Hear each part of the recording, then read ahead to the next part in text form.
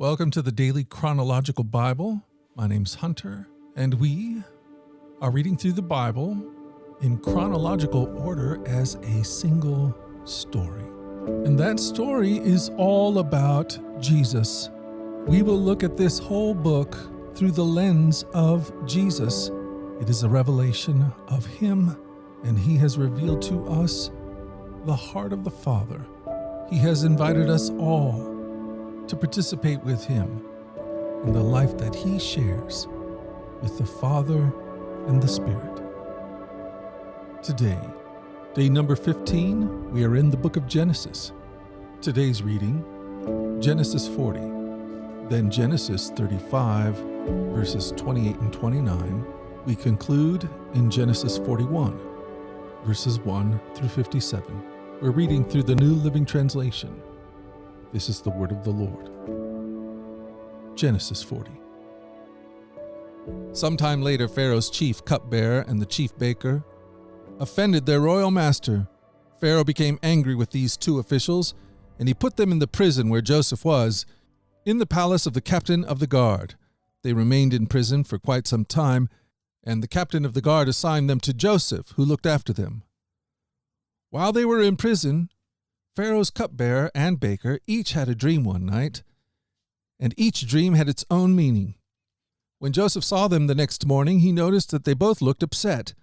"Why do you look so worried today?" he asked them. And they replied, "We both had dreams last night, but no one can tell us what they meant." "Interpreting the dreams is God's business," Joseph replied. "Go ahead and tell me your dreams." So the chief cupbearer told Joseph his dream first. "In my dream," he said, "I saw a grapevine in front of me.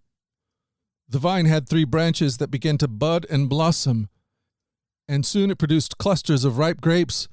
I was holding Pharaoh's wine cup in my hand, so I took the cluster of grapes and squeezed the juice into the cup. Then I placed the cup in Pharaoh's hand." "This is what the dream means," Joseph said. "The 3 branches represents 3 days. Within 3 days, Pharaoh will lift you up and restore you to your position as chief cupbearer. And please remember me and do me a favor when things go well for you. Mention me to Pharaoh, so he might let me out of this place, for I was kidnapped from my homeland, the land of the Hebrews, and now I'm here in prison. But I did nothing to deserve it." When the chief baker saw that Joseph had given the first dream such a positive interpretation, he said to Joseph, "I had a dream too. In my dream, there were 3 baskets of white pastries stacked on my head. The top basket contained all kinds of pastries for Pharaoh, but the birds came and ate them from the basket on my head." "This is what the dream means," Joseph told him. "The 3 baskets also represent 3 days. 3 days from now, Pharaoh will lift you up and impale your body on a pole. Then the birds will come and peck away at your flesh." Pharaoh's birthday came 3 days later, and he prepared a banquet for all his officials and staff. He summoned his chief cupbearer and the chief baker to join the other officials. Then he restored the chief cupbearer to his former position, so he could again hand Pharaoh his cup. But Pharaoh impaled the chief baker, just as Joseph had predicted when he interpreted his dream. Pharaoh's chief cupbearer, however, forgot all about Joseph, never giving him another thought. Genesis 35, verses 28 and 29. Isaac lived for 180 years. Then he breathed his last and died at a ripe old age, joining his ancestors in death, and his sons Esau and Jacob buried him. Genesis 41. 2 full years later, Pharaoh dreamed that he was standing on the bank of the Nile River. In his dream, he saw 7 fat, healthy cows come up out of the river and begin grazing in the marsh grass. Then he saw 7 more cows come up behind them from the Nile, but these were scrawny and thin. These cows stood beside the fat cows on the riverbank. Then the scrawny, thin cows ate the 7 healthy, fat cows. At this point in the dream, Pharaoh woke up. But he fell asleep again and had a second dream. This time he saw 7 heads of grain, plump and beautiful, growing on a single stalk. Then 7 more heads of grain appeared, and these were shriveled and withered by the east wind. And these thin heads swallowed up the 7 plump, well-formed heads. Then Pharaoh woke up again and realized it was a dream. The next morning Pharaoh was very disturbed by the dreams, so he called for all the magicians and wise men of Egypt. When Pharaoh told them his dreams, not one of them could tell him what they meant. Finally, the king's chief cupbearer spoke up. "Today I have been reminded of my failure," he told Pharaoh. "Some time ago you were angry with the chief baker and me, and you imprisoned us in the palace of the captain of the guard. One night the chief baker and I had a dream, and each dream had its own meaning. There was a young Hebrew man with us in the prison, who was a slave of the captain of the guard. We told him our dreams, and he told us what each of our dreams meant, and everything happened just as he had predicted. I was restored to my position as cupbearer, and the chief baker was executed and impaled on a pole." Pharaoh sent for Joseph at once, and he was quickly brought from the prison. After he shaved and changed his clothes, he went in and stood before Pharaoh. Then Pharaoh said to Joseph, "I had a dream last night, and no one here can tell me what it means. But I have heard that when you hear about a dream, you can interpret it." "It is beyond my power to do this," Joseph replied. "But God can tell you what it means and set you at ease." So Pharaoh told Joseph his dream. "In my dream," he said, "I was standing on the bank of the Nile River, and I saw 7 fat, healthy cows come up out of the river and begin grazing in the marsh grass. But then I saw 7 sick-looking cows, scrawny and thin, come up after them. I've never seen such sorry-looking animals in all the land of Egypt. These thin, scrawny cows ate the 7 fat cows. But afterward, you wouldn't have known it, for they were still as thin and scrawny as before. Then I woke up. In my dream, I also saw 7 heads of grain, full and beautiful, growing on a single stalk. Then 7 more heads of grain appeared, but these were blighted, shriveled, and withered by the east wind. And the shriveled heads swallowed the 7 healthy heads. I told these dreams to the magicians, but no one could tell me what they mean."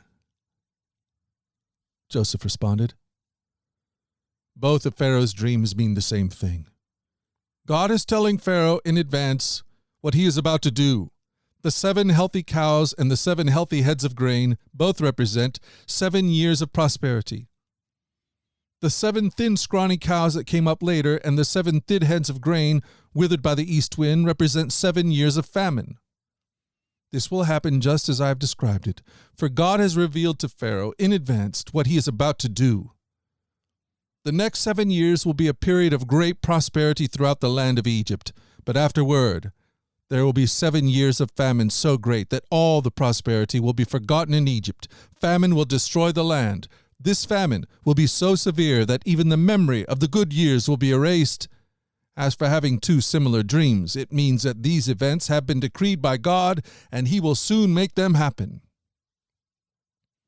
Therefore, Pharaoh should find an intelligent and wise man and put him in charge of the entire land of Egypt. Then Pharaoh should appoint supervisors over the land and let them collect 1/5 of all the crops during the 7 good years. Have them gather all the food produced in the good years that are just ahead, and bring it to the Pharaoh's storehouses, store it away, and guard it, so that there will be food in the cities. That way there will be enough to eat when the 7 years of famine come to the land of Egypt. Otherwise this famine will destroy the land." Joseph's suggestions were well received by Pharaoh and his officials. So Pharaoh asked his officials, "Can we find anyone else like this man so obviously filled with the Spirit of God?" Then Pharaoh said to Joseph, "Since God has revealed the meaning of the dreams to you, clearly no one else is as intelligent or wise as you are. You will be in charge of my court, and all my people will take orders from you. Only I, sitting on my throne, will have a rank higher than yours." Pharaoh said to Joseph, "I hereby put you in charge of the entire land of Egypt." Then Pharaoh removed his signet ring from his hand and placed it on the finger of Joseph. He dressed him in fine linen clothing and hung a gold chain around his neck. Then he had Joseph ride in the chariot reserved for his second in command. And wherever Joseph went, the command was shouted, "Kneel down!" So Pharaoh put Joseph in charge of all Egypt. And Pharaoh said to him, "I am Pharaoh, but no one will lift a hand or foot in the entire land of Egypt without your approval." Then Pharaoh gave Joseph a new Egyptian name, Zephanath Paneah. He also gave him a wife whose name was Asenath. She was the daughter of Potiphar, the priest of On. So Joseph took charge of the entire land of Egypt. He was 30 years old when he began serving in the court of Pharaoh, the king of Egypt. And when Joseph left Pharaoh's presence, he inspected the entire land of Egypt. As predicted, for 7 years the land produced bumper crops. During those years, Joseph gathered all the crops grown in Egypt and stored the grain from the surrounding fields in the cities. He piled up huge amounts of grain, like the sand on the seashore. Finally, he stopped keeping records because there was so much to measure. During this time, before the first of the famine years, 2 sons were born to Joseph and his wife, Asenath, the daughter of Potiphar, the priest of On. Joseph named his older son Manasseh, for he said, "God has made me forget all my troubles and everyone in my father's family." Joseph named his second son Ephraim, for he said, "God has made me fruitful in this land of my grief." At last, the 7 years of bumper crops throughout the land of Egypt came to an end. Then the 7 years of famine began, just as Joseph had predicted. The famine also struck all the surrounding countries, but throughout Egypt there was plenty of food. Eventually, however, the famine spread throughout the land of Egypt as well. And when the people cried out to Pharaoh for food, he told them, "Go to Joseph and do whatever he tells you." So with severe famine everywhere, Joseph opened up the storehouses and distributed grain to the Egyptians, for the famine was severe throughout the land of Egypt. And people from all around came to Egypt to buy grain from Joseph because the famine was severe throughout the world. May God add his blessing to the reading of his word.